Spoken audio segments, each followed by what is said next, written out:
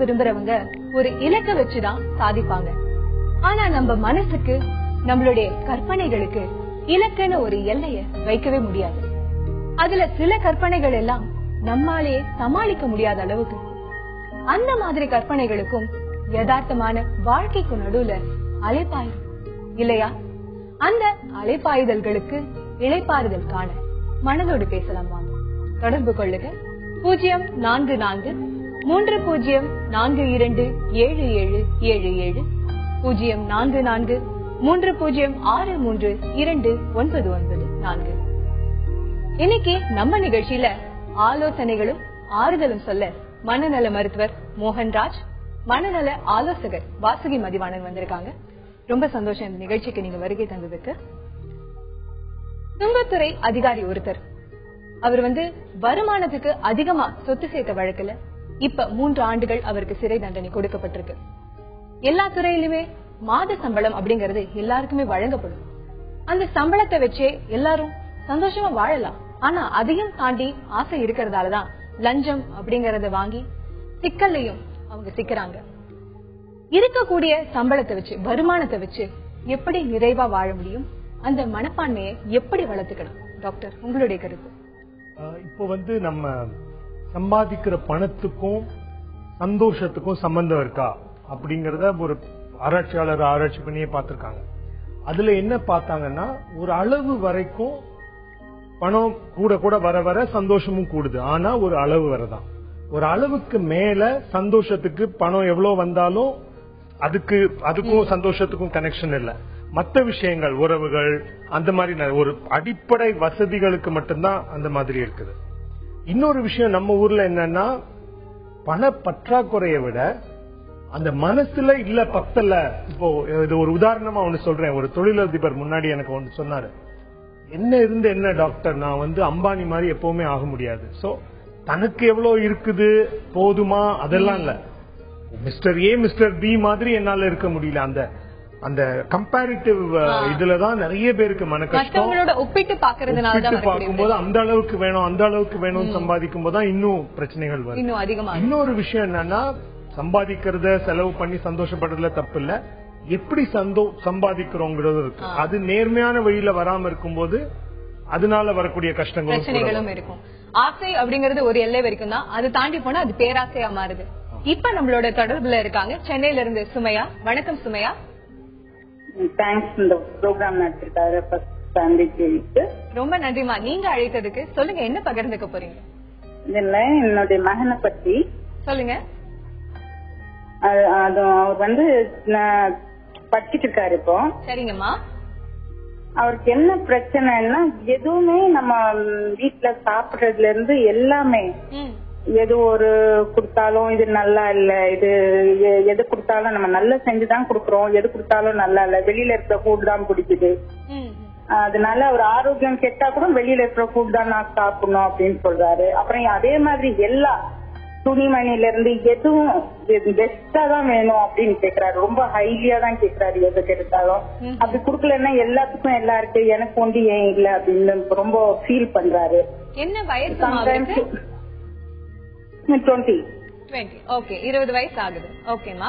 ஆமா, அவருக்கு எல்லாமே ஒரு போதும்ன்ற மனப்பான்மை இல்லாமலே இருக்கு. ஓரளவு எங்களால முடிஞ்ச அளவுக்கு நாங்க எல்லாமே நல்லா தான் செஞ்சுட்டு இருக்கோம். அது ரொம்ப ஃபீல் பண்றாரு, எனக்கு எதுவும் இல்ல, எனக்கு அப்படி சொல்லிட்டு நான் ஏன் அப்படி இருக்கணும். சம்டைம்ஸ் தப்பான வார்த்தைகள்லாம் வருது, நான் எதுக்கு வாழணும் அப்படி எல்லாம். அது எதனால அவருக்கு அந்த மாதிரி கோவம் ஜாஸ்தி கோவம் வருது? நீங்க உங்க மகனுக்கு எப்படி எடுத்து சொல்லலாம், அவருக்கு என்ன அறிவுரைகள் கொடுக்கலாம் அப்படிங்கறத நம்ம கேட்டு தெரிஞ்சுப்போம். வாசுகி மதிவாணன், இவங்களுக்கு என்ன சொல்லுவீங்க? நீங்க முதல்ல ஆரம்பிச்ச அந்த உதாரணம் இதுக்கு ரொம்ப பொருத்தமான ஒரு உதாரணம். அதாவது அந்த எதை வச்சு திருப்திப்பட முடியும் அப்படிங்கிற ஒரு எண்ணம்.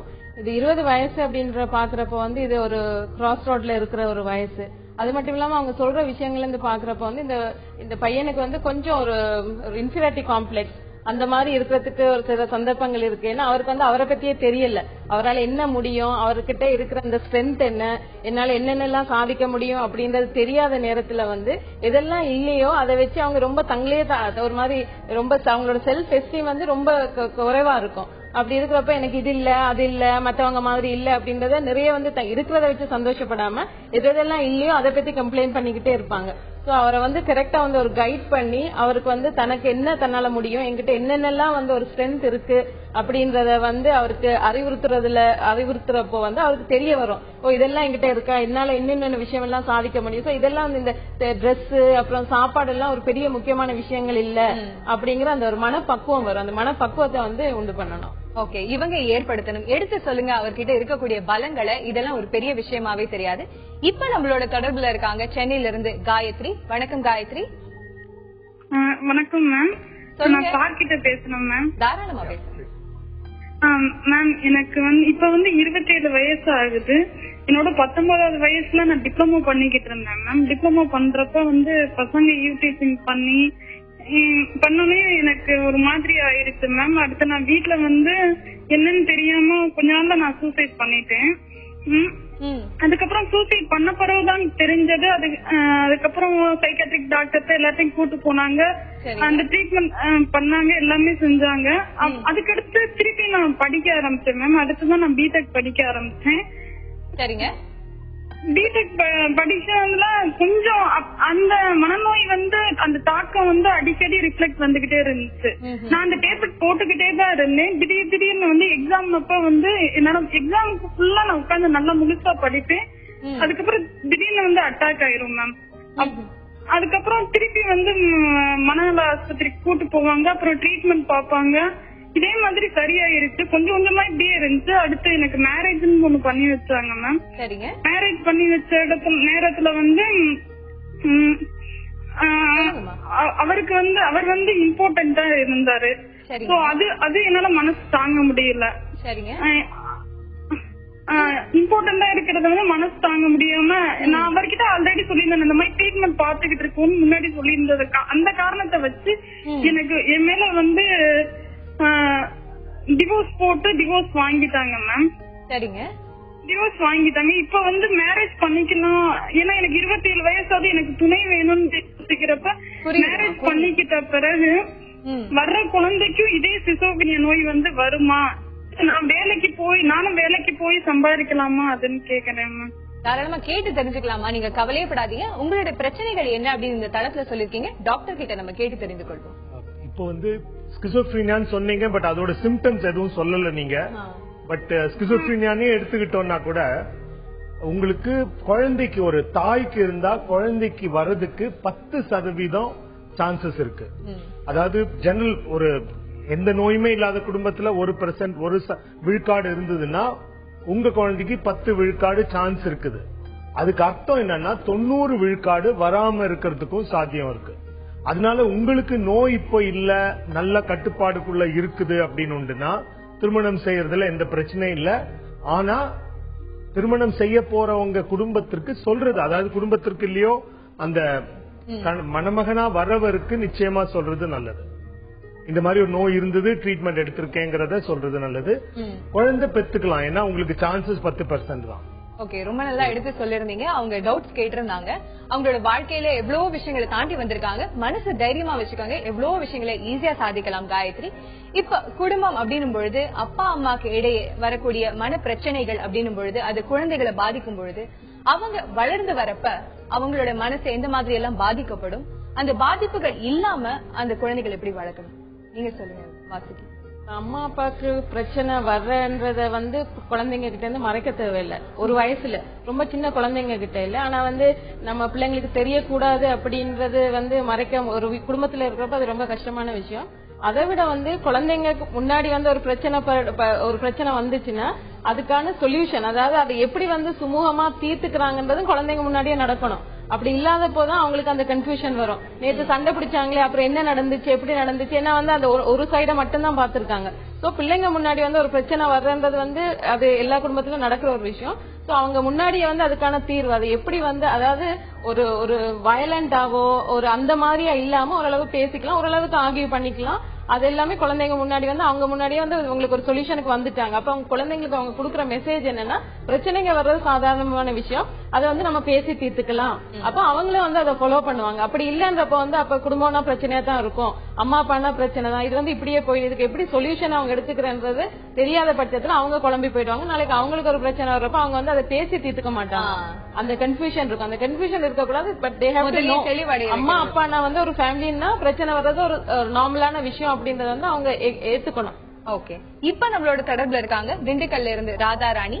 வணக்கம் ராதாராணி. ஹலோ, சொல்லுங்கம்மா, என்ன பகிர்ந்துக்க போறீங்க? நீங்க தான் சொல்லணும். ஹலோ, தெளிவா கேக்குது, சொல்லுங்கம்மா. அது எனக்கு எங்க அம்மாட்ட பேசுறேன். எங்க அம்மாட்டும் எனக்கு புரியலைங்க மேடம். சொல்லுங்க எங்க அம்மாட்டே. என்னம்மா அந்த புள்ள ரொம்ப கஷ்டமா இருக்கு மனசு. ஏம்மா, என்னாச்சுமா? அவ வீட்டுக்காரரு குடிச்சுக்கிட்டு சரிங்கம்மா பூரா நகைகளையும் பிடிங்கி எடுத்து வச்சுட்டாங்க. அதனால புள்ள அங்கேயே இருக்க மாட்டா, செத்துருவேன் அப்படி இப்படின்னு புரிஞ்சு தெரியல. இப்ப வீட்டுல எங்க வீட்டுக்கு வந்திருக்குது. சரிங்க. அந்த பிள்ளைகள் 2 பொம்பளை பிள்ளை இருக்குது, 2 பொம்பளை பிள்ளை இருக்குது, சண்டை கட்டுது. அந்த பிள்ளையோட பேசாத அந்த பிள்ளைய கிட்ட வர விட மாட்டேங்குது, விரட்டுது. ரொம்ப கஷ்டமா இருக்காதான் போட்டு பார்த்தோம். சரிங்கம்மா, உங்களுக்கு வயசு என்ன ஆகுதுமா? இந்த பிள்ளைக்கு 32 வயசு. சரிங்கம்மா. ஓகே, இவங்களுக்கு வந்து சுத்தி வரமே நிறைய சின்ன சின்ன ப்ராப்ளம்ஸ் இருக்கு. அதுவே இவங்களால தாங்க முடியல, மனசு ரொம்ப கஷ்டமா இருக்கு இவங்களுக்கு. இவங்களோட குழப்பத்துக்கு என்ன சொல்லுங்க? நான் கேட்டது வந்து புருஷன் குடிக்கிறாரு, அதனால இவங்க தற்கொலை பண்றேன்னு சொல்றாங்க. இல்ல, இவங்களோட பெண்களும் வந்து சண்டை போட்டுட்டே இருக்காங்க அப்படின்ற மாதிரி சொல்றாங்க. இல்ல, பொண்ணுக்காக சொன்னாங்க. ஆமா, பொண்ணுடைய புருஷன் வந்து குடிக்கிறாரு. அதாவது உங்களுக்கு குடி பழக்கத்துக்கு மருத்துவம் இருக்கு. ஒரே ஒரு சிக்கல் அங்க என்னன்னா, அந்த குடிக்கிறவரு எனக்கு விடணும், அட்லீஸ்ட் 5 விழுக்காடாவது எனக்கு விடணுங்கிற ஆசை இருந்தா நிச்சயமா நிறைய உதவி பண்ணலாம். குடும்பத்தினர் அழைச்சிட்டு வந்து அவங்க நான் விடவே போறது இல்லன்னு இருந்தாங்கன்னா கொஞ்சம் கஷ்டம். மத்த நோய் மாதிரி மருந்து கொடுத்தா நல்லாற விஷயம் இல்ல, அது ஒண்ணு.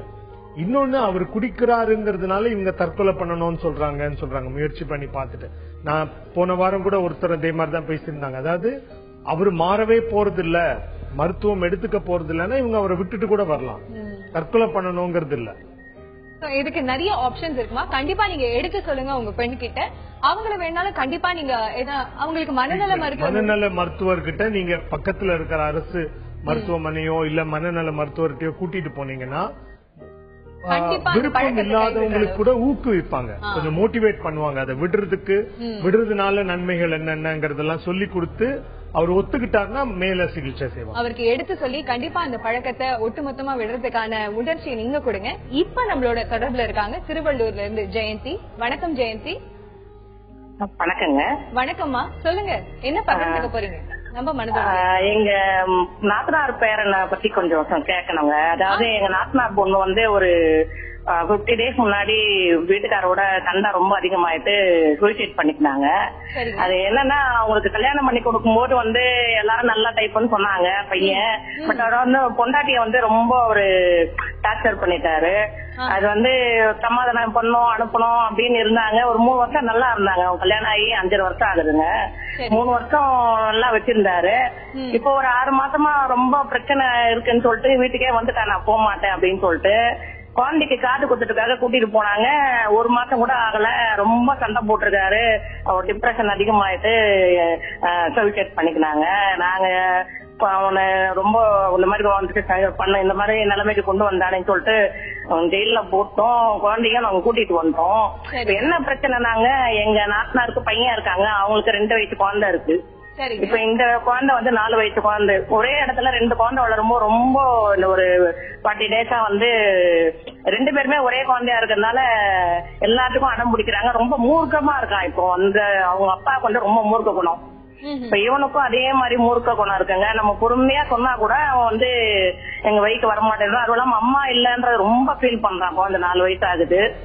அது எப்படி வயிற்று கொண்டு வருதுன்னு ஒன்னும் புரியலங்க. அதனாலதான் சரி உங்களுக்கு போன் பண்ணி கேட்டு தெரிஞ்சுக்கலாம். ரொம்ப சின்ன பசங்க தானே, சொன்னா கேட்டுப்பாங்க. இப்ப கேட்டு தெரிஞ்சுக்கலாம். வாசுகி, இவங்களுக்கு என்ன ஆலோசனை சொல்லுவீங்க?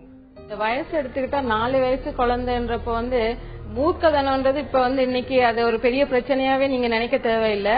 அது மட்டும் இல்லாம முக்கியமான ஒரு விஷயம் நான் என்ன சொல்றேன்னா, அந்த அப்பா மாதிரி பிள்ளை மூர்க்கமா இருக்குன்றத தயவு செஞ்சு லேபிள் பண்ணாதீங்க. இது அந்த குழந்தைக்கு மனசுல இருக்கிற எந்த ஒரு உணர்ச்சியும் வெளியில சொல்ல முடியாது. அம்மா நினைச்சு பாருங்க, 4 வயசு குழந்தைக்கு அம்மா இல்ல அப்படிங்கறது எப்படி சொல்லணும்னு தெரியாததுனால கூட இந்த மாதிரி அடம் பிடிக்கலாம், கோவப்படலாம் எல்லாமே. அதனால தயவு செஞ்சு லேபிள் பண்ணாதீங்க. இந்த அம்மா இல்லன்றதுதான் இன்னைக்கு முக்கியமான விஷயம். அந்த பிள்ளைய எவ்வளவு இந்த குழந்தை எவ்வளவு லோன்லியா ஃபீல் பண்ணுது, அம்மா நம்மளுக்கு இல்லையே அப்படிங்கிற அதுல இருந்து வெளியில கொண்டு இன்னைக்கு எல்லாருமே நல்ல ஒரு ஆதரவு கொடுத்து சப்போர்ட் கொடுக்கறதா இந்த நிமிஷம் இப்ப அந்த குழந்தைக்கு தேவையான ஒரு விஷயம். சோ அத ஒரு குடும்பத்துல இருக்கிற முக்கியமானவங்க, அதாவது யாரு அந்த குழந்தையோட நெருங்கி இருக்காங்களோ அவங்க அதை செய்யறதுக்கு ட்ரை பண்ணுங்க. இப்ப மத்த குழந்தையோட இருக்கிறது எந்த ஒரு 2 குழந்தை ஒரே வயசு குழந்தை வீட்டுல இருக்கிறப்போ சண்டை இது எல்லாமே தான் வரும். அதனால இந்த குழந்தை இது இந்த அவங்க அப்பாவனால குணத்தினால இப்படி இருக்கு அப்படின்றது எல்லாம் அது எல்லாத்தையும் ஒரு பக்கமா வச்சுட்டு இந்த குழந்தைக்கு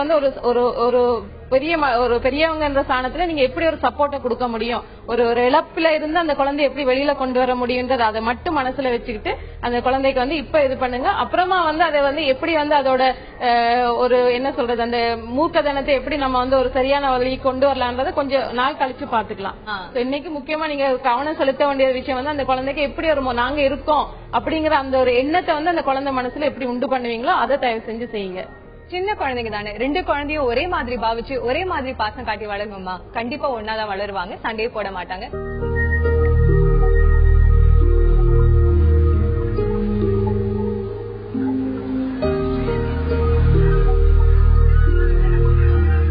எதையும் பூட்டி வச்சா அது பத்திரமா இருக்கும்னு தான் நினைப்போம்.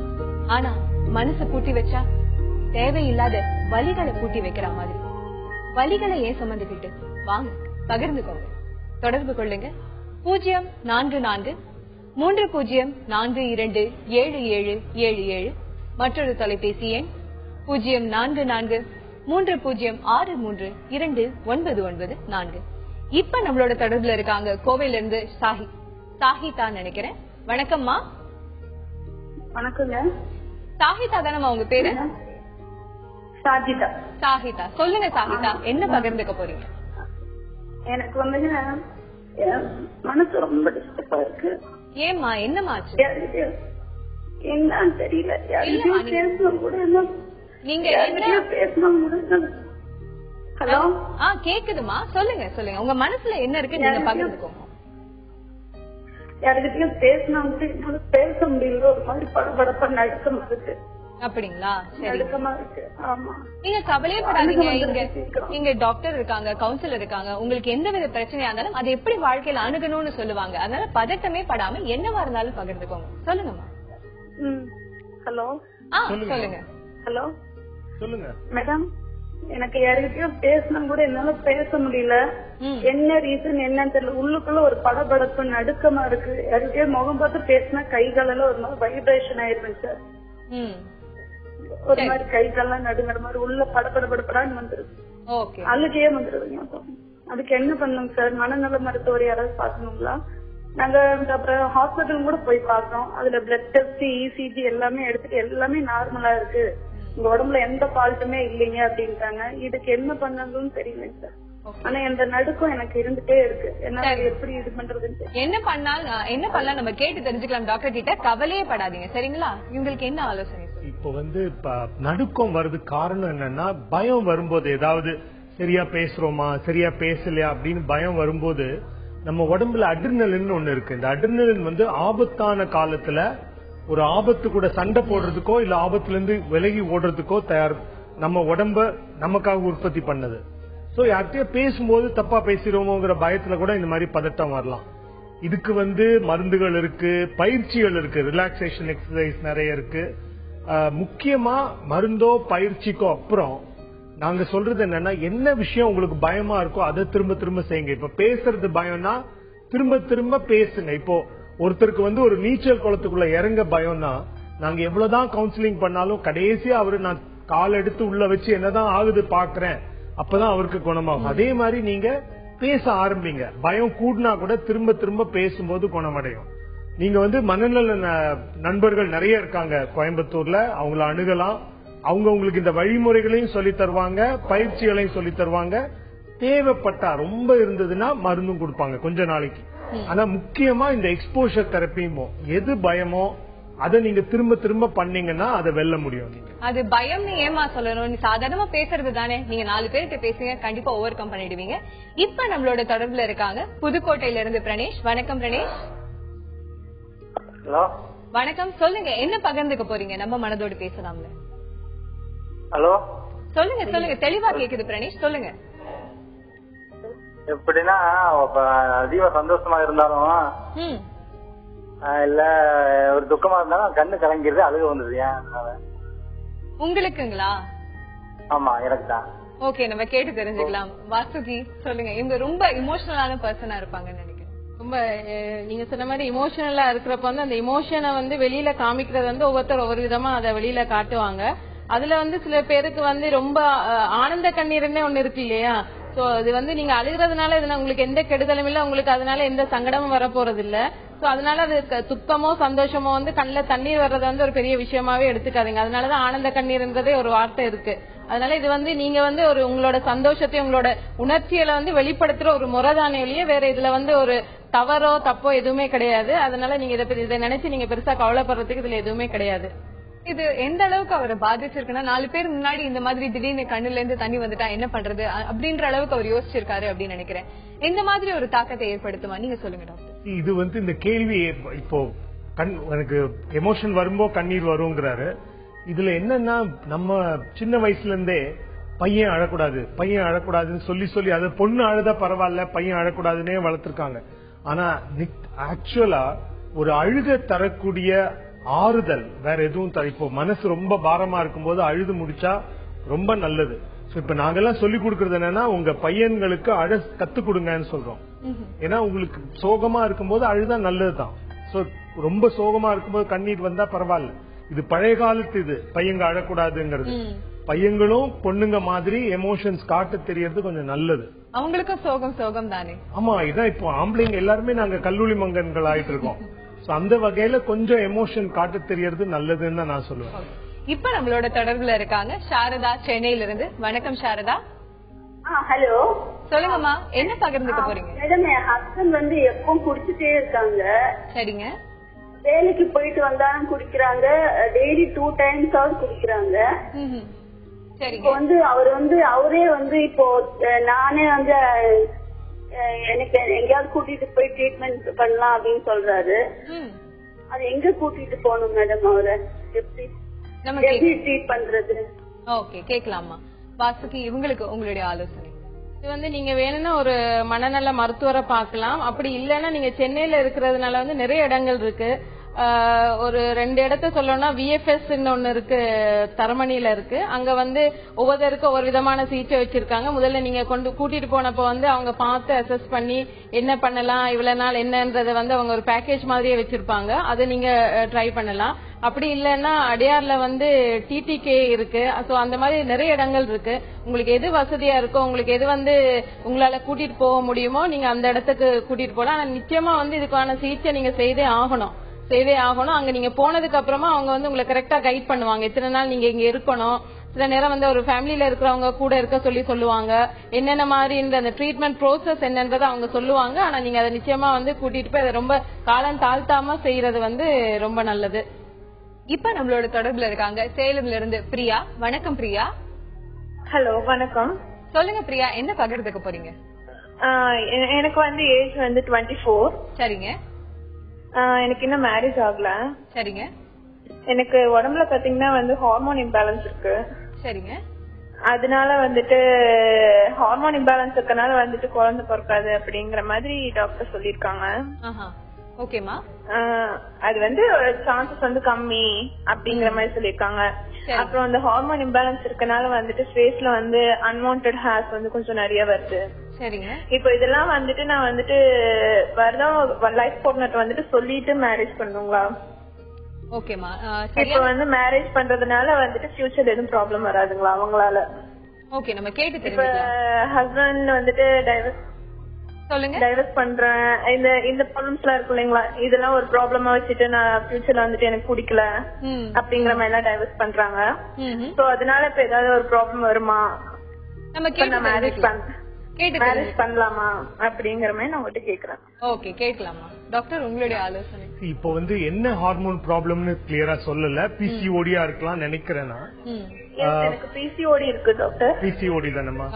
பிசிஓடினால குழந்தை பிறக்காதுங்கிறது கிடையாதுமா. எல்லாத்துக்குமே இப்ப சிகிச்சை இருக்கு. நல்ல கைனகாலஜிஸ்ட் நல்ல எண்டோக்ரைனாலஜிஸ்ட போனீங்கன்னா உங்களுக்கு நிச்சயமா சிகிச்சை பண்ணுவாங்க.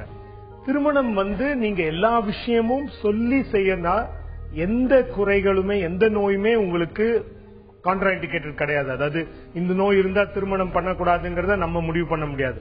அந்த ஆணும் பெண்ணும் அவங்களுக்கு பிடிச்சிருந்தா செய்யலாம். அதனால எந்த நோயுமே திருமணம் செய்யக்கூடாதுன்னு கிடையாது. ஆனா உண்மையை மறைக்காம எல்லா விஷயமும் சொல்லி அவரும் கூட வந்து மருத்துவர்கிட்ட இந்த நோயினால என்னென்ன இந்த ஹார்மோன் இன்பேலன்ஸ்னால என்னென்ன விஷயங்கள் தடைப்படும் என்னென்ன விஷயங்கள் செய்யணும் அதெல்லாம் தெரிஞ்சுக்கிட்டாருன்னா திருமணம் செய்யறதுல ஒண்ணுமே இல்ல. எப்ப திருமணங்கள் முறியுதுன்னா சொல்லாம பண்ணும்போது பிற்காலத்துல தெரிய வரும்போது முன்னாடி இருந்ததை மறைச்சிட்டீங்க அப்படிங்கும் போதுதான் நிறைய திருமண மன முறிவுகள் எல்லாம் ஏற்படுது. சொல்லி பண்ணீங்கன்னா எந்த பிரச்சனையும் இல்ல. நீங்க சொல்ற ஆலோசனை ரொம்ப நல்லா புரிஞ்சிருக்கும் அப்படின்னு நினைக்கிறேன் பிரியாக்கு. ரொம்ப நன்றிமா நீங்க அழைத்ததுக்கு.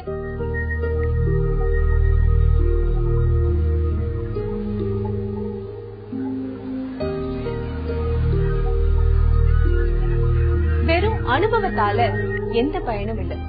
அது முழுமையா பயனடையணும்னா அதை பகிர்ந்துக்க தெளிவு பெற பயனடைய தொடர்பு கொள்ளுங்க. 0443042777 0443063299. இப்ப நம்மளோட தூத்துக்குடியில இருந்து சண்முக பிரியா தொடர்புல இருக்காங்க. வணக்கம் சண்முக பிரியா. வணக்கம். வணக்கம்மா, பேசுறேன். சொல்லுங்கம்மா, என்ன பகிர்ந்துக்க போறீங்க? நான் 10th முடிச்சிருக்கேன். சரிங்க. எனக்கு 15 years ஆகுது. ஆனா எனக்கு வந்து டென்ஷன் ஜாஸ்தியா இருக்கு. கோபத்தை என்னால கண்ட்ரோல் பண்ண முடியல. சரிங்க. வீட்டுல யாராவது கிண்டலுக்கு ஏதாவது சொன்னா கூட 2 times என்னால பதில் சொல்ல முடியல. நான் 3rd time கையில ஏதாவது பிடிச்சா தூக்கி அடிச்சிடறேன். அப்புறம் டென்ஷன் வந்தா கையிலுமே படப்படன்னு இருக்கு. அவங்கள எதிர்த்து பேச முடியல. அப்புறம் சொல்லுங்கம்மா. ஸ்கூல்ல ஃப்ரெண்ட்ஸ் பேசும்போது கூட இந்த மாதிரி எனக்கு டென்ஷன் தான். நான் வீட்டுல அம்மா தங்கச்சி அவங்க கிட்ட பேசும்போதெல்லாம் அவங்க கிண்டலுக்கு சொல்றதுல எனக்கு ரொம்ப சீரியஸா இருக்கு. எதனால நான் இப்படி எடுத்துக்கிறேன், எப்படி கண்ட்ரோல் பண்றது கேட்டு தெரிஞ்சுக்கலாமா? அவங்க சரியான கேள்வி கேட்டிருக்காங்க. அவங்களுக்கு என்ன அவங்களுக்கு தெளிவா தெரியுது. பலருக்கும் உபயோகப்படும். இப்போ ஒண்ணு வந்து ஏன் கோவப்படுறீங்க என்னென்ன விஷயத்துக்கு தெரிஞ்சு அதுக்குண்டான தீர்வுகள். அது பொதுவா நான் சொல்ல விரும்புறது என்ன காரணமா இருந்தாலும் உங்களுக்கு ரொம்ப கோபம் இருந்தா, இப்ப கோவப்படுறதுல தப்பு கிடையாது. ஆனா யாருக்கிட்ட கோவப்படுறோம், எப்போ எவ்வளவு கோவப்படுறோங்கிறது முக்கியம். நீங்க கோவத்தை வந்து அடக்கி வச்சா கூட பல நேரத்துல அது தப்பான நேரங்கள்ல வெளியாகும். அதுக்கு என்ன பண்றதுன்னா அடக்கிறத விட சேனலைஸ் பண்றதுன்னு சொல்லுவோம். அதாவது அதை தகுந்த வழியில வெளியே கொண்டு வருது. ஒண்ணு என்ன பண்ணலாம்னா, நீங்க இப்ப யார் மேலேயே கோவமா இருக்குன்னா அவங்களுக்கு ஒரு கடிதம் எழுதுங்க. அன்புள்ள சோ அண்ட் சோ போட்டுட்டு என்னென்ன திட்டணும்னு தோணுதோ அதெல்லாம் எழுதுங்க. சென்சாரே பண்ணாம எல்லாம் எழுதுங்க. எழுதி வச்சாலே உங்களுக்கு கொஞ்சம் தீர்வு, கொஞ்சம் அந்த வெளியே போனதுனால கொஞ்சம் கிடைக்கும். உங்களுக்கு ஒரு 4-5 மணி நேரம் கழிஞ்சு உங்களுடைய மனசு கொஞ்சம் நல்லா இருக்கும் போது அதை படிச்சு பாருங்க. படிச்சு பார்க்கும்போது உங்களுக்கு என்னுடைய பாயிண்ட் எல்லாம் நல்லா இருக்கு, ஆனா ரொம்ப காட்டமா இருக்கேன்னு தோணுச்சுன்னா கிழிச்சு போட்டுடலாம். இல்ல உங்களுக்கு வந்து இல்ல அது நியாயமா தான் இருக்குன்னா அந்த ஆள்கிட்ட காட்ட கூட செய்யலாம். அது பெற்றோரா இருக்கலாம், நண்பரா இருக்கலாம். இது ஒரு வழி. அதாவது அந்த கோவத்தை வெளியே கொண்டு வர்றதுக்கு கிழிச்சு போடுறதுல, அதாவது இது அன்டூ பண்ற மாதிரி திட்டிட்டு அப்புறம் சாரி சொல்றதை விட இது பெட்டர்.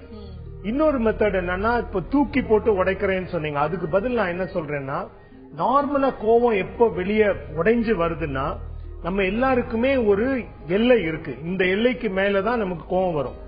அது வரைக்கும் என்ன ஆகும்னா சின்ன சின்ன ஃப்ரஸ்ட்ரேஷன், சின்ன சின்ன எரிச்சல்கள் அப்படி வந்து அந்த எல்லைக்கு பக்கத்துல நம்ம இருக்கும்போது யாராவது ஒரு சின்ன விஷயம் சொல்லுவாங்க. ஒரு பின்னாடி ஒருத்தர் ஹார்ன் அடிக்கிறாருன்னா டக்குன்னு இங்க போகும்போது கோவம் வருது. சோ இந்த சின்ன சின்ன மன உளைச்சல்களை வெளியேற்றுறதுக்கு என்ன பண்ணலாம்னா, நீங்க ஏதாவது விளையாட்டு விளையாடலாம். இப்ப ஷட்டில் காக் மாதிரி அடிச்சு விளையாடுற விளையாட்டு விளையாடுனீங்கன்னா கொஞ்சம் கொஞ்சம் சின்ன சின்ன எரிச்சல்களை கொஞ்சம் நீங்க அடிச்சே அதை வெளியேற்ற முடியும்.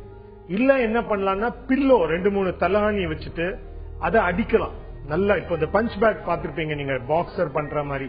அதுவும் ஒரு நியாயமான வழிதான் உங்க கோவத்தை வெளியே கொண்டு வரதுக்கு. இது பண்ணீங்கன்னா அந்த உடைக்கிற விஷயங்கள்லாம் கொஞ்சம் குறையும். இது இல்லாம என்ன காரணங்களுக்காக, நியாயமான காரணங்களுக்காகவே உங்களுக்கு கோவம் வந்திருக்கலாம், அது என்னங்கறத கண்டுபிடிச்சு அது இது பொதுவான வழிகள். நீங்க சொன்ன ஆலோசனை அவங்களுக்கு மட்டும் இல்ல, நிறைய பேருக்கு பயனுள்ளதா இருந்திருக்கும். இந்த கோவம் அப்படிங்கறது கட்டுப்படுத்த முடியாத ஒரு விஷயம். அதே போல சோகம் அதிகமா வரும்பொழுது அதனுடைய வெளிப்பாடுகள் என்னவா இருக்கும்? சோகத்தை கட்டுப்படுத்த முடியாதுதான், ஆனா அதை எப்படி நம்ம அதிகமா வெளியே காமிச்சுக்காத அளவுக்கு வச்சுக்க முடியும்? நீங்க சொல்லுங்க.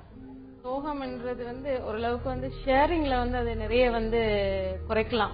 அதாவது எல்லார்கிட்டயுமே போய் பேச முடியாது. உங்களுக்கு யார்கிட்ட பேசினா உங்களுக்கு மனசுக்கு ஒரு ஆறுதலா இருக்கும்னு நீங்க நம்புறீங்களோ அவங்க கிட்ட அதை பகிர்ந்துக்கிறது மூலமா நிச்சயமா ஓரளவுக்கு அது குறையும். அது மட்டும் இல்லாம அவங்க கிட்ட பகிர்ந்துக்கிறப்ப இன்னும் ஒண்ணு அவங்க அதுக்கேத்த மாதிரியோ இல்லாட்டி அதை விட ஒரு சீரியஸான ஒரு அவங்களோட சோகத்தை பகிர்ந்துக்கிறப்போ நம்மளோட இதெல்லாம் ஒண்ணுமே இல்லையே அப்படிங்கிற மாதிரியான ஒரு உணர்வு வரும். அப்படி இருக்கிறப்போவே அந்த சோகத்தோட அந்த இன்டென்சிட்டி தாக்கம் குறைஞ்சிடும். அது மட்டும் இல்லாம ஓரளவுக்கு உங்களை எப்படி அதுல இருந்து டைவர்ட் பண்ண முடியும்.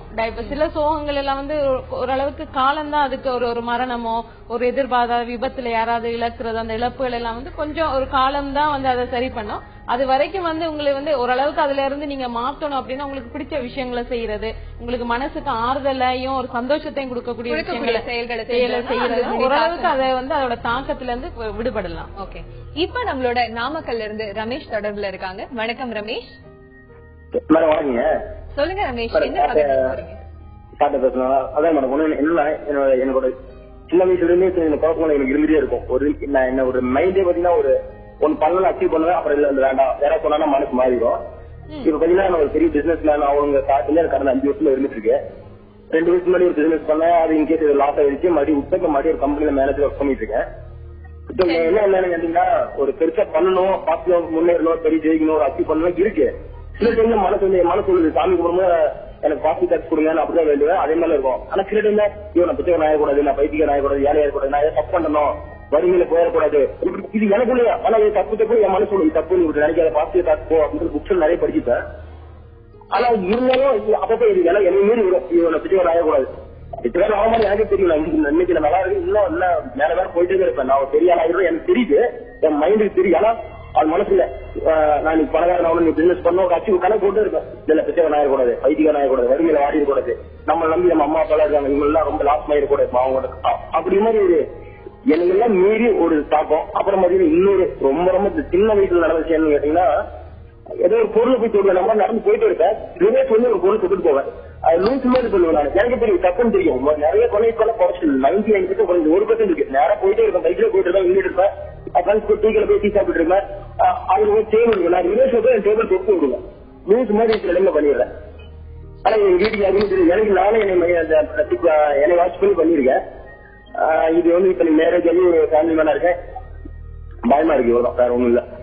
ஓகே, உங்களோட கேள்வி. எனக்கு நிறைய வார்த்தைகள் வந்து சரியா காதுல விழல, பட் புரிஞ்ச வரைக்கும் நான் என்ன தெரிஞ்சுக்கிட்டேன்னா, சில எண்ணங்கள் வந்து திரும்ப திரும்ப எனக்கு வருது, வேண்டாம் நினைச்சாலும் திரும்ப திரும்ப வருதுங்கிற மாதிரி சொன்னீங்க. அப்படி அந்த மாதிரி, அதாவது இந்த எண்ணங்கள் வேண்டாம், இந்த எண்ணங்கள் வேண்டாம்னாலும் திரும்ப திரும்ப வருதுன்னா அது வந்து ஒரு பர்டிகுலர் கண்டிஷன்ல வரும். அதாவது அப்சசிவ் கம்பல்சிவ் டிசார்டர்னு சொல்லுவோம். அப்சஷன்னா சில எண்ணங்கள் திரும்ப திரும்ப வரும், வேண்டாம் இந்த எண்ணம் வேண்டாம். அதுவும் கும்பிட போகும்போது கடவுளை பத்தி மோசமான எண்ணங்கள் வரலாம், எங்கேயா உட்கார்ந்து இருக்கும்போது திடீர்னு கத்தணும்னு தோணலாம், எதையாவது செய்யலாம், அப்புறம் எல்லாரும் நம்மள பாப்பாங்களே, ஐயோ பார்க்க கூடாது செய்யக்கூடாதுன்னு நினைப்போம், இருந்தாலும் செய்யணும் செய்யணும்னு தோணும். இது வந்து அப்சஷன் சொல்லுவோம். கம்பல்ஷன்ங்கிறது அந்த அந்த எண்ணங்களால செய்யறது. இப்போ கையில் எண்ணம் வந்து கதவு பூட்டி இருக்கா, கதவு பூட்டி இருக்கா, கதவு பூட்டி தெரியும், நான் தான் பூட்டினேன், 5 நிமிஷம் முன்னாடி நான் தான் பூட்டினேன், ஆனாலும் மனசுக்குள்ள பூட்டி இருக்கா தோணும், போய் செக் பண்றோம் பாருங்க திரும்ப திரும்ப, அதுக்கு பேரு கம்பல்ஷன் சொல்லுவோம். சிலவங்க கை கழுவிட்டே இருப்பாங்க திரும்ப திரும்ப, சிலவங்க செக் பண்ணுவாங்க, சிலவங்க நோட்டை திரும்ப திரும்ப எண்ணி பார்ப்பாங்க, சிலவங்க வந்து தன்னுடைய மேசைய திரும்ப திரும்ப திரும்ப மாறி மாறி அரேஞ்ச் பண்ணிட்டே இருப்பாங்க. அது எல்லாம் ஒரே சீரா இருக்கணும்ங்கிறது. எண்ணங்கள் வந்து பலவிதமான எண்ணங்கள் வரலாம். வேண்டான்னு சொன்னாலும் திரும்ப திரும்ப வந்துச்சுன்னா, இதாவது இது வந்து வரிஸ் கிடையாது, வருத்தங்கள் வந்து வருத்தப்படுற விஷயத்தை பத்தி வருத்தப்படுறோம். அப்சஷன்ல வந்து தேவையே இல்லாத விஷயங்கள் வரும், வேண்டாம் வேண்டாம் நினைக்க நினைக்க அது திரும்ப திரும்ப வரும். இதுக்கு மருந்துகளும் இருக்கு, மனநல பயிற்சிகளும் இருக்கு. அது நீங்க மனநல மருத்துவரையோ மருத்துவமனையோ நாடினீங்கன்னா அத இதுதானாங்கிறத சரி பண்ணுவாங்க. ஏன்னா நீங்க பேசுனது நிறைய கேட்காததுனால நான் இதுவாதான் இருக்கும்னு நினைக்கிறேன். அதை உறுதி பண்ணிட்டு அவங்க நீங்க எடுத்து சொல்லிருக்கீங்க. கண்டிப்பா ரமேஷ், இதனால ஒரு மனநல மருத்துவரை போய் பாருங்க, கண்டிப்பா உங்களுக்கு ஒரு தீர்வு கிடைக்கும். இப்ப நம்மளோட கோவையில இருந்து வினய் தொடர்புல இருக்காங்க. வணக்கம் வினய். வணக்கம்மா. வணக்கம், சொல்லுங்க வினய், என்ன பகிர்ந்துக்க போறீங்க? மேம், எனக்கு மேரேஜ் ஆகி 2 குழந்தை இருக்கு. ஒரு குழந்தை வந்து 8 இயர்ஸ் பொண்ணு, செகண்ட் வந்து 4 இயர்ஸ் ஆக போகுது. சரிங்க. பொண்ணு வந்து ரொம்ப அமைதி, எல்லாமே கொஞ்சம் ரொம்ப எல்லாமே பேசுறதெல்லாம் கேட்டுக்குவா. பையன் வந்து ரொம்ப அக்ரெசிவா இருக்கான். அதாவது அவனுக்கு நான் பயந்துட்டு இருந்தா என்ன ப்ராப்ளம் எதுன்னு தெரியல. ஏன்னா விளையாட்டுத்தனம் அதிகம், எது சொன்னாலும் அவன் அதை கேர் பண்ணிக்கிறது இல்ல. அடிச்சாலும் கூட அதை கேர் பண்ணிக்காம அடுத்த செகண்ட் அதையவே செய்வான். அக்காவை அடிக்கிறதுல இருந்து எல்லாமே. ஒய்ஃப் வந்து நம்ம டாக்டர்கிட்ட கூட்டிட்டு போலாம், சைக்காட்ரிஸ்ட் கூட்டிட்டு போய் கவுன்சிலிங் பண்ணலான்ட்டு. ஏன்னா இது ஜஸ்ட் 3.5 இயர்ஸ் 4 இயர்ஸ் தான் ஆக போகுது நெக்ஸ்ட் மந்த். இந்த சின்ன வயசுலயும் சைக்காட்ரிஸ்ட கூட்டிட்டு போய் கவுன்சிலிங் பண்றது அப்படிங்கறது ஒரு நல்ல ஒரு இதா என்னன்ட்டு தான் எனக்கு. ஏன்னா பையனுக்கு எந்த பிரச்சனையும் இல்லைங்கிறது எனக்கு கன்ஃபார்ம் ஆயிடுச்சு. ஆனா என்னன்னா அந்த விளையாட்டுத்தனம் குறும்பு ரொம்ப ரொம்ப அக்ரெசிவா இருக்கிறான். எது எடுத்தாலும் ரொம்ப அக்ரெசிவ், அடிச்சாலும் கூட அவன் அந்த செகண்ட் அதை மறந்துட்டு அப்பவே செய்யறான் மறுபடியும் அதே தப்ப. எப்படி உங்க பையனை வளர்க்கலாம், எப்படி ஹேண்டில் பண்ணலாம் அப்படிங்கறத நம்ம கேட்டு தெரிஞ்சுக்கலாம். வாசுக்கு இவங்களுக்கு என்ன ஆலோசனை சொல்லுவீங்க? 4 வயசு குழந்தைய வந்து சைக்காட்ரிஸ்ட கூட்டிட்டு போறது தப்பு கிடையாது. ஆனா எந்த ஒரு பிரச்சனையுமே இல்லாம கூட்டிட்டு போகணுமான்னு நினைக்கிறதுதான் பிரச்சனையே. நீங்களே சொல்றீங்க 4 வயசு பையன் அப்படின்னு சொல்றீங்க, குழந்தைகிட்ட எந்த தப்பும் எதுவுமே இல்ல அப்படின்னு நீங்களே உறுதியா சொல்றீங்க. இந்த குறும்பு இந்த விளையாட்டு எல்லாம் வந்து இந்த வயசுலதான் இருக்க முடியும், வேற எந்த வயசுலயுமே இருக்க முடியாது. சோ குழந்தைங்களை வந்து ஓரளவுக்கு வந்து அந்த ரொம்ப நம்ம சில நேரம் எதிர்பார்க்கிறப்ப வந்து, அதாவது நீங்க சொன்ன விஷயத்துல என்ன புரியுதுன்னா, உங்களோட பெரிய பொண்ணையும் இந்த சின்ன குழந்தையும் வந்து நீங்க கம்பேர் பண்றீங்க. அவங்களுடைய வயசு ஏஜ் வித்தியாசம், அது மட்டும் இல்லாம இவங்க வந்து ஒரு சின்ன குழந்தைன்றப்ப வந்து சில நேரம் கொஞ்சம் செல்லம் கூட குடுக்கற மாதிரியா இருக்கலாம். அப்படி இருக்கிறப்ப வந்து இந்த விளையாட்டு இந்த குறும்பு இதெல்லாமே வந்து அந்த வயசுக்கான ஒரு கேரக்டர்ஸ் தானே, இதுல வந்து வேற எதுவுமே கிடையாது. மற்றது இன்னும் ஒரு விஷயம் வந்து அந்த குழந்தைன்றதுனாலதான் வந்து எதையுமே மனசுல வச்சுக்காம அடுத்த நிமிஷம் எல்லாத்தையும் மறந்துடுறாங்க. நீங்க என்னது சொன்னாலும் வந்து அதை அவங்க மனசுல ஏத்திக்கல. ஏன்னா அதுக்கான அந்த மனப்பக்குவம் வந்து இன்னும் குழந்தைக்கு வரல. அதனால அவர் போக்கிலேயே கொஞ்சமா விட்டுருங்க. சில விஷயங்களை வந்து கொஞ்சம் கண்டிக்கணும். அதனால கண்டிக்கிறதுக்கு வந்து எப்படி கண்டிக்கணும் அப்படிங்கறது இருக்கு. சோ அதனால வந்து இதை வந்து ஒரு பெருசுபடுத்தாம இது ஒரு பெரிய பிரச்சனையா வந்து இது வந்து இந்த குழந்தைக்கு வந்து ஏதாவது பிரச்சனையோ டாக்டரை கூட்டி நீங்க பேசவே அந்த குழந்தையில இருக்கிற அந்த இயற்கையான அந்த குணங்களையே நீங்க வந்து மறக்கடிச்சிருவீங்க. அப்புறம் குழந்தை வந்து ஒரு போலித்தனமா வந்து அம்மாக்கு பிடிக்காது, அப்பாக்கு பிடிக்காது, அம்மா திட்டுவாங்க, அப்பா திட்டுவாங்கன்றது தன்னோட அந்த போலித்தனமா வந்து பழைய ஆரம்பிச்சிருச்சுன்னா அப்புறம் வந்து அதோட பர்சனாலிட்டியே மாறி போயிடும். அதனால வந்து குழந்தை அப்படியே விட்டுருங்க. சில என்ன பிடிச்ச விஷயங்களோ, அதாவது ஒரு ஸ்போர்ட்ஸ் ஒரு கேம்ஸ் என்ன பிடிச்ச விஷயங்கள்ல வந்து அந்த மாதிரி கொஞ்சம் இன்ட்ரெஸ்டா கொண்டு வர்றப்ப வந்து ஒரு இடத்துல உட்கார்ந்து விளையாட இது பண்றப்ப வந்து ஓரளவுக்கு அவங்களோட இந்த குணாதிசயங்கள் எல்லாம் மாறும். 4 வயசு குழந்தைகிட்ட வந்து இதை விட பெருசா வந்து நம்ம எதுவுமே எதிர்பார்க்க முடியாது. நீங்க சொன்ன விஷயங்கள் நிறைய பெற்றோர்களுக்கு உதவியா இருந்திருக்கும்னு நினைக்கிறேன். இப்ப நம்மளோட தொடர்புல இருக்காங்க நெல்லையில இருந்து அலெக்ஸ். வணக்கம் Alex. Madam good evening madam. சொல்லுங்க அலெக்ஸ், என்ன பகிர்ந்துக்க போறீங்க? ஆக்சுவலி மேடம் எனக்கு வந்து பாசிட்டிவ் திங்கிங் எதுவுமே வர மாட்டேங்குது மேடம். இப்ப பாத்தீங்கன்னா இப்ப பை டிராவலோ இல்ல பஸ்லயோ ஆபீஸ்ல போகும்போது பாத்தீங்கன்னா ஒரு 4 மாசம் கழிச்சு இந்த மாதிரி நடக்கும் அந்த மாதிரி நடக்கும் அப்படிங்கிற ஒரு நெகட்டிவ் தாட்ஸே வந்துட்டே இருக்கு. பாசிட்டிவ் தாட்ஸ் எதுவுமே வர மாட்டேங்குது. அதுல இருந்து வெளியில வரணும்னா எப்படி பண்ணணும் அதை கேட்டுக்கணும். நம்ம கேட்டு தெரிஞ்சுக்கலாம். டாக்டர், இவங்களுக்கு உங்களுடைய அட்வைஸ். அதாவது வந்து எதிர்காலத்தை பத்தி நினைக்கும் போது நீங்க சொன்னீங்க நெகட்டிவா வருது, இப்படி நடந்துருமா அப்படி நடத்துருமாங்க. நான் ஒரு விஷயம் என்ன சொல்வேன்னா, நீங்க எதிர்காலத்தை பத்தி நெகட்டிவ் திங்கிங் இருக்கிறதுனால தப்பு கிடையாது. ஆனா நெகட்டிவ் திங்கிங் என்ன நெகட்டிவா நடக்கலாம்னு தெரிஞ்சு அதுக்கு தற்காப்பா நிறைய விஷயங்கள் இப்ப பண்ணிக்கலாம். இப்ப நம்ம கிட்ட இருக்கிறது நிகழ்காலம் மட்டும்தான். கடந்த காலம் போயிடுச்சு, எதிர்காலம் இன்னும் வரல. எதிர்காலத்தை பத்தி உங்களுக்கு நெகட்டிவ் தாட்ஸ் இருந்தா, இப்போ உடம்பு சரியில்லைன்னா என்ன பண்ணுவோம் செலவுக்குன்னு இருந்தா, அதுக்கு நீங்க இன்சூரன்ஸ் எடுக்கலாம், மெடிக்ளைம் எடுக்கலாம். அந்த மாதிரி எதை பத்தி நெகட்டிவ் தாட்ஸ் இருக்கோ அதை சரி செய்யறதுக்கு நிகழ்காலத்துல என்ன பண்ண முடியுமோ அதை செய்யலாம். அதையும் மீறி நிலநடுக்கம் வந்துருமா, நம்மளுடைய கண்ட்ரோல்லயே இல்லாம இருக்கிற விஷயங்களை பத்தி உள்ள யோசனையா இருந்தா அது பாட்டுக்கு யோசனை வந்துட்டு போட்டோம். நான் பண்றத பண்ணிட்டு இருக்கேன், எல்லாம் நல்லதுதான் நடக்கும்.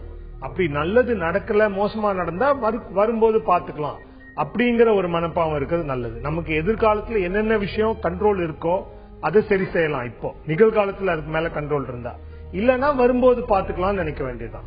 ரொம்ப சரியா சொல்லுவீங்க. பிராக்டிகலா யோசிக்கிறதுங்கிறது வரை நம்ம கைகளை தாண்டி இருக்கிறத பத்தி அதிகமா யோசிக்காதீங்க. ரிலாக்ஸா வச்சுக்கோங்க மனசை.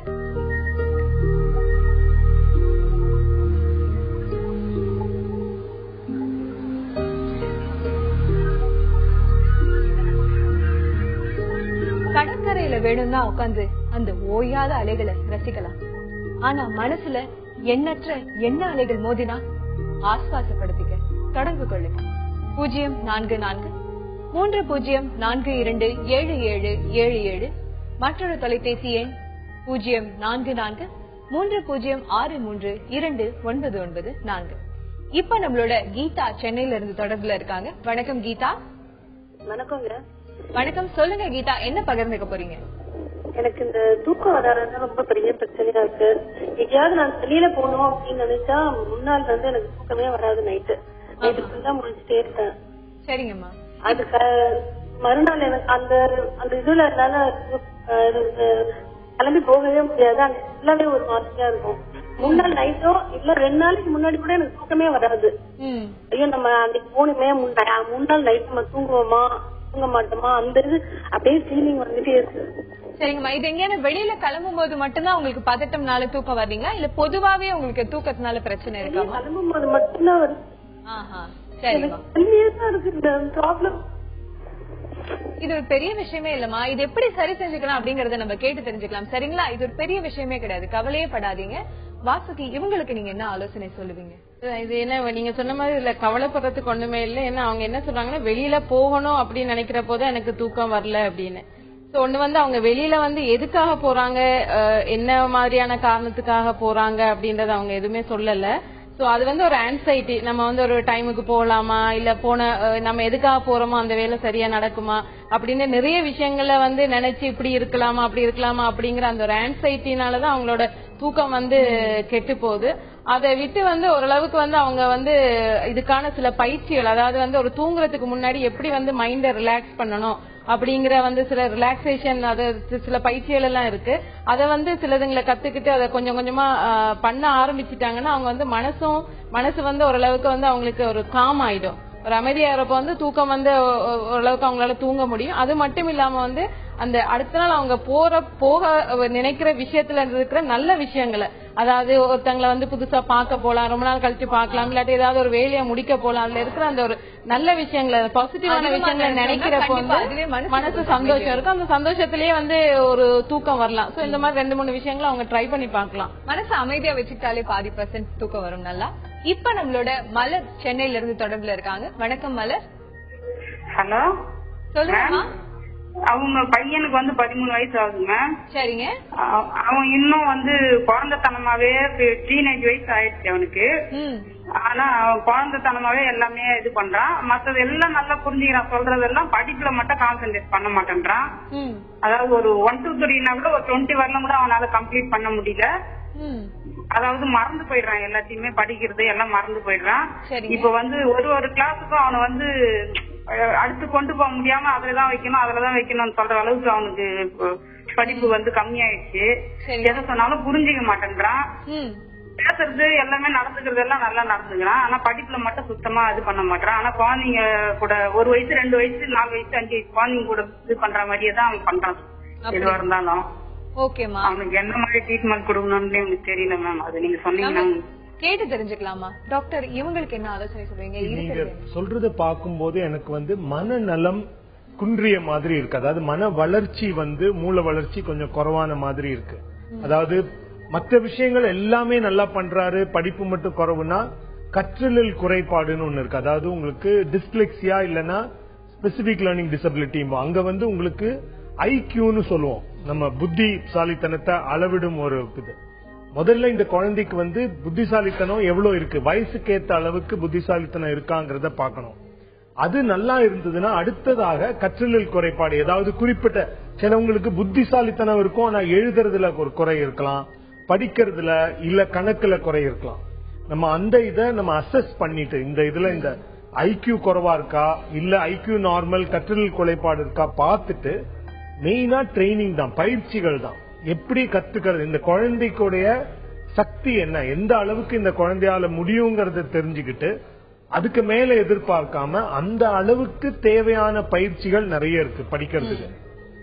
மத்த குழந்தை மாதிரி படிக்கலையேன்னு சொல்லி திரும்ப திரும்ப சொல்றதை விட யாருமே வந்து இப்போ 40 மார்க் தான் வாங்குறாங்கன்னா விரும்பி வாங்குறது இல்ல. அவங்களால அவ்வளவுதான் வாங்க முடியுது ஏதோ காரணத்துக்கு. அந்த காரணத்தை கண்டுபிடிக்கிறதுக்கு ஐக்கியூவும் டெஸ்ட் பண்றது நல்லது, SLDங்கிறதும் பாக்குறது நல்லது. எல்லா மாவட்டத்திலையும் இப்ப மருத்துவக் கல்லூரியில மனநல வகுப்பு இருக்குது. மனநல பிரிவை நீங்க சந்திச்சு கேட்டீங்கன்னா அவங்க உங்களுக்கு உதவி பண்ணுவாங்க. கண்டிப்பா இது என்ன அப்படிங்கறத கண்டுபிடிச்சு அதுக்கேத்த மாதிரி பயிற்சி எடுத்துக்கோங்கம்மா. கண்டிப்பா குணமடையும் அப்படிங்கறத விட இது என்ன அப்படிங்கறது முழுமையான புரிதல் ஏற்படும். இப்ப சத்யா ஈரோடுல இருந்து தொடர்புல இருக்காங்க. வணக்கம் சத்யா. வணக்கம் மேடம். என் சிஸ்டர் இருக்காங்க, 22 இயர்ஸ் ஆகுது. சரிங்க. ரொம்ப டென்ஷன் ஆகுறாங்க. டென்ஷன் ஆனா நம்ம சொல்றது எதையுமே கேட்கறது இல்ல. ரொம்ப பேச நாம எது பேசாம ரொம்ப லெவல ஜாஸ்தியா போகுது. ஏதோ ஒண்ணு உடைக்கிறது, இந்த மாதிரி ப்ராப்ளம் இருக்காங்க. அவங்களும் ரொம்ப பார்த்தோம். அவங்களும் கொஞ்சம் ஃபேமிலியே ரன் பண்ணிட்டு இருக்காங்க. அவங்க அப்பா இல்ல, ஃபேமிலியே ரன் பண்ணிட்டு இருக்காங்க. அவங்க அம்மாவும் ஒரு பேஷண்ட். அதனால ரொம்ப கஷ்டமா எதை சொல்லி அழுகிற. அப்படி ஈசா யோக மையம் போயிட்டு அப்படின்னு சொன்னோம். அங்க போய் 2 டைம் போயிட்டு வந்தா. அப்படி இருந்தாலும் எனக்கு அந்த டென்ஷன் ஆனா நான் நார்மல் ஸ்டேஜ்க்கு வரவே முடியல அப்படிங்கிறாங்க. அதுதான் ப்ராப்ளம். ஓகே, அவங்களோட டென்ஷனை எப்படி குறைக்கலாம் அப்படின்றது கேக்குறீங்க. சோ வாசுகி, இவங்களுக்கு என்ன சொல்லுவீங்க நீங்க? ஏற்கனவே டாக்டர் சொன்ன மாதிரி அந்த சில அது மாதிரியான ஒரு பயிற்சிகளை கூட அவங்க செய்யலாம் அவங்களோட டென்ஷனை குறைக்கிறதுக்கு. அது மட்டும் இல்லாம டென்ஷன்ன்றது ஒரு சில காரணங்களால மட்டும்தான் அந்த டென்ஷன் வருதா, இல்லாட்டி எப்பவுமே அவங்க இப்படிதான் இருக்காங்களா அப்படின்றத முதல்ல பாக்கணும். சில நேரங்கள்ல இப்ப அவங்களோட குடும்ப சூழ்நிலைகளை ரொம்ப ஒரு சரியா இல்லாததுனால, எந்த ஒரு சப்போர்ட்டும் இல்லாம இருக்கிறதுனால கூட அவங்களுக்கு அந்த டென்ஷனையும் நம்மளுக்கு ஏன் ஒரு மாதிரி அவங்களே நினைச்சுப்பாங்க, எனக்கு மட்டும் ஏன் இப்படி அப்படின்னு நினைக்கிறப்பவே அவங்களை அறியாம அந்த டென்ஷனை வேற வேற விதமா வழிகாட்டலாம். சோ இத யார்கிட்டயாவது மனசு விட்டு பேசி இத எப்படி எப்படி ஏற்கனவே டாக்டர் சொன்ன மாதிரி எப்படி இதை சேனலைஸ் பண்ணலாம், சரியான விதமா எப்படி இதை வெளியில கொண்டு வரலாம் அப்படின்றதான் அவங்க நிச்சயமா ட்ரை பண்ணணும். சோ அது மட்டும் இல்லாம அவங்க என்னென்ன காரணத்துல எந்தெந்த நேரங்கள்ல இந்த மாதிரி அவங்களுக்கு டென்ஷன் வருது, சில நேரம் சரியான தூக்கம் இல்லைன்னா, சரியான ஒரு சரியான டைமுக்கு சாப்பிடலன்னா, வேலை பழு ஜாஸ்தி ஆச்சுன்னா, அந்த மாதிரி எந்தெந்த சந்தர்ப்பங்கள்ல இந்த மாதிரி இருக்குன்ற சில நேரம் ஒரு பேட்டர்ன் மாதிரி இருக்கும். சோ அதை தெரிஞ்சுக்கிட்டு அதுக்கப்புறமா இந்த மாதிரியான சில பயிற்சிகளை செய்யறது நிச்சயமா உதவி பண்ணும். இவங்க மட்டும் இல்ல, நிறைய தோழிகள் கால் பண்ணிருந்தாங்க. அவங்களுக்கு உங்களோட ஆலோசனைகள் சொல்லிருந்தீங்க. ரொம்ப ரொம்ப நன்றி டாக்டர். நீங்க 2 பேருமே வந்ததுக்கு. பள்ளிக்கூடத்துல படிக்கிற பசங்களுக்கு அம்மா அப்பா ஆசிரியர் எல்லாருமே அன்னன்னைக்கு பாடங்களை அன்னன்னைக்கே படிச்சிட சொல்லுவாங்க. ஏன்னா பரீட்சை எழுதுறப்ப சுலபமா இருக்கும். அப்படி பார்த்தா நம்ம வாழ்க்கையே ஒரு பாடம் தான்.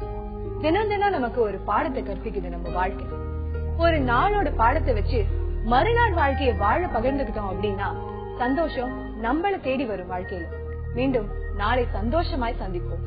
விடை பெறுவது அன்புடன் திவ்யா.